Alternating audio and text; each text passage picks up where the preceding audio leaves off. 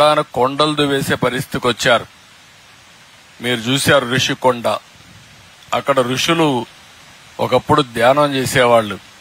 అలాంటి ఋషికొండ కొట్టేసి 500 కోట్ల రూపాయలు ఖర్చు పెట్టి ప్యాలెస్ కట్టుకున్నారు.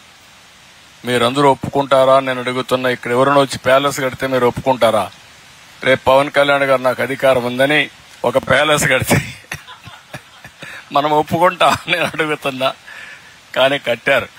ఆయన పవన్ కళ్యాణ్ గారు కట్టరు, వేరే వాళ్ళని కట్టనీరు, కడితే తాట తీస్తారు.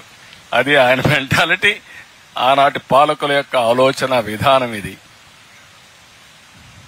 ఒకప్పుడు ముఖ్యమంత్రి గాని డిప్యూటీ సీఎం వచ్చింటే ఇక్కడ చెట్లే ఉండేటివి కాదు, మొత్తం నరికేసేవాళ్లు. ఇప్పుడు మేము చెట్లు పెంచుతాం గాని, చెట్లు పెడతాం గాని చెట్లు కొట్టం. అది మా సిద్ధాంతం అని చెప్పి కూడా మరొకసారి రాష్ట్రంలో ఉండే ప్రజలందరికీ హామీ ఇస్తున్నాం. కడాన మీరు ఒకసారి చూస్తే కర్నూలు జిల్లాలో బ్రహ్మం గారిని గురించి విన్నారా మీరు? కాలజ్ఞానం చేశారు, లేకుంటే అప్పుడు కాలజ్ఞానం కూడా రాసేవాడు, విన్నారా?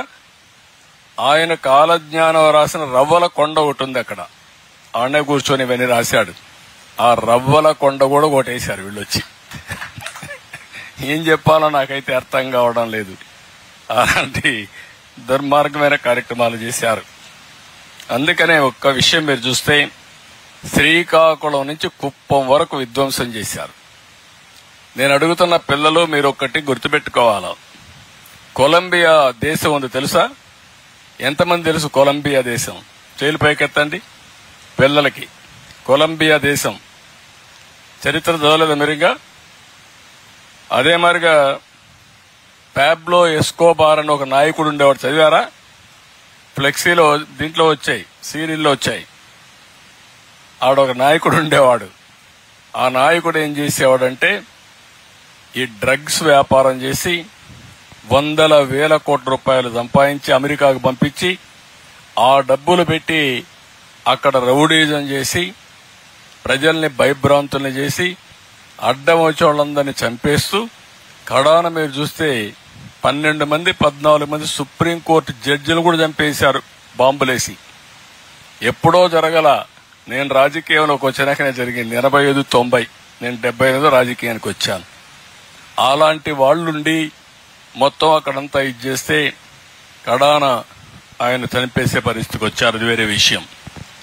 కానీ ఇక్కడ నేను రాజకీయాల్లో ఉన్నప్పుడు నేను చూశాను ఆ ఎస్కోబార్ ఏ విధంగా ఉంటాడో మొన్నటి వరకు పరిపాలించిన పాలకుడు కూడా అదే మరుగా చేశాడు. అవునా కాదా అని మిమ్మల్ని అడుగుతున్నా. ఏమమ్మా, అవునా కాదా? మీరందరూ మొన్నటి వరకు భయపడ్డారా లేదా? మాట్లాడేవాళ్ళ స్వేచ్ఛగా, మీ టీచర్లు స్వేచ్ఛగా ఉన్నారా మీ స్కూల్లో? మొన్నటి వరకు లేరు కదా, భయంగా ఉండేవాడు. అవునా కాదా? కారణం ఏంటి? ఎందుకు భయపడ్డారు? చెప్పండి. రౌడీ పాలనకు భయపడిపోయారు. ఏదైనా ఉంటే నేను పవన్ కళ్యాణ్ గారు చూసుకుంటా ఉన్నాం.